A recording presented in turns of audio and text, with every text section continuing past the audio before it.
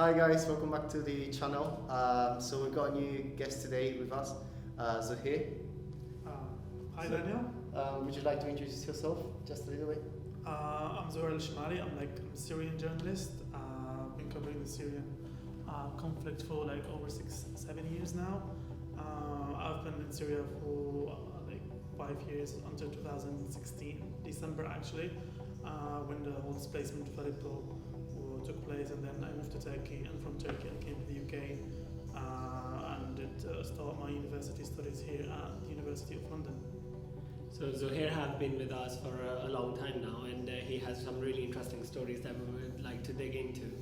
And so the first question I would like to ask you, Zohair, is that we know that you have a really strong following on Twitter, right? And you are really influential, right?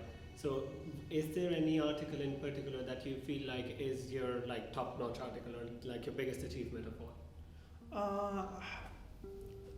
Over the past years, I have done a lot of work for international media, which particularly if it's asking if I'm proud of a certain project or articles.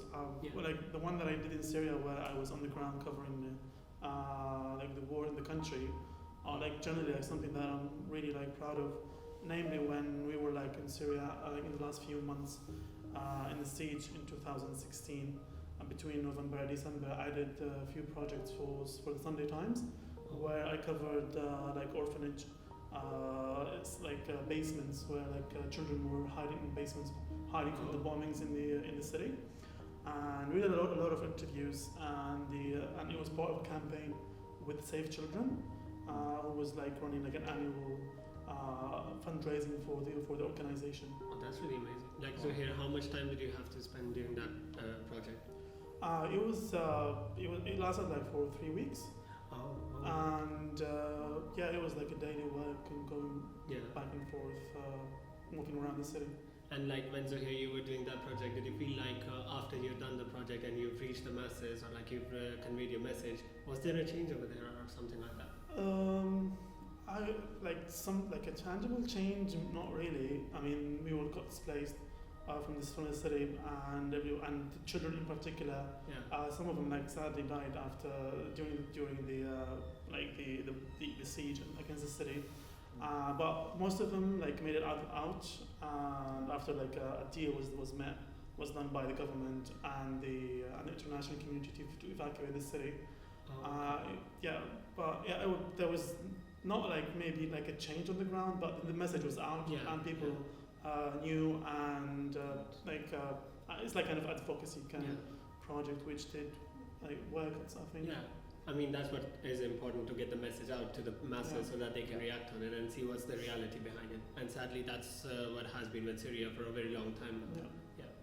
And we were looking at your Twitter account, and we've seen that you were kind of promoting or making aware of these European programs, especially the one in Ireland, where they do a resettlement for refugees.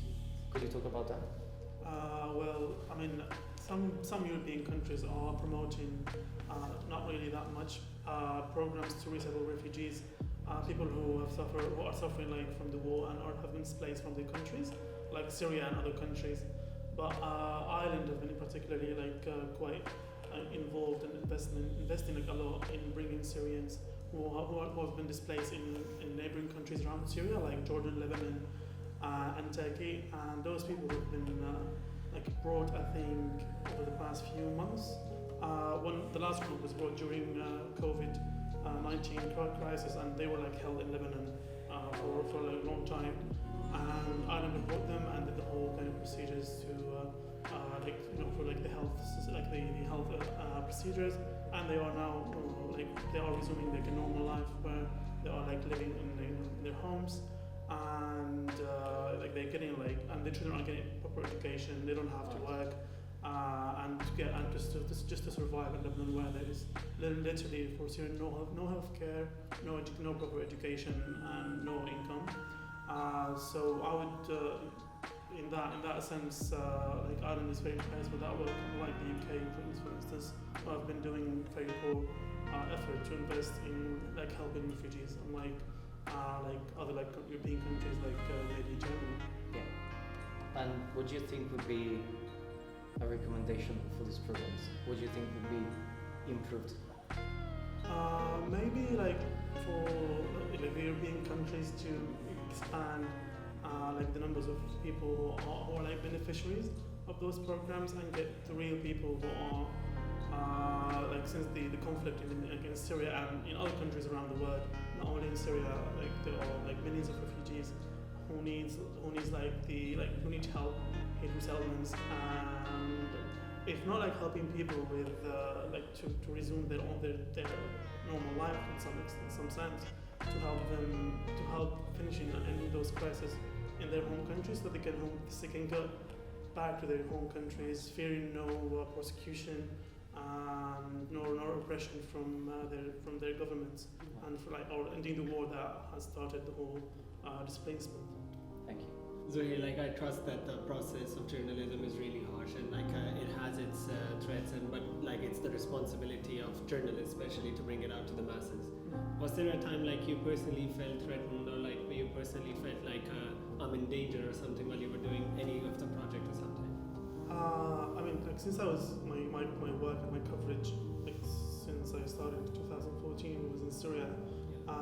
It was dangerous. It was a war zone until I left the country. So I was always under threat from the regime bombardment and the Russian attacks. To start with, let alone some extremist groups who were where I lived in Eastern Aleppo did exist. And it was kind of between those in this very hostile environment. I continued and throughout the whole career until I left the country. So Zohair, we know that you're in UK now, right? So are you still pursuing that career, or is it just on hold for now? Actually, I thought I would leave this whole journalism work for after leaving Syria, but since I'm not really anymore on the ground. But I continued, and I felt I couldn't. I stopped for a while actually because it was very toxic, and afterwards I couldn't but choose to restart again. Since I believe journalism has a message, and since I have the means to do it, and I'm capable of doing that, I felt like the responsibility. Since the crisis in Syria is still ongoing, and there are and journalism is a very significant platform that can spread the message around the world. Thank you very much.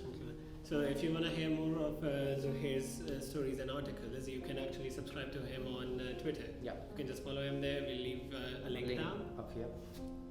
And you can get in touch with Zohair too on that in that case. Yeah. So thank you very much. Thank you for today.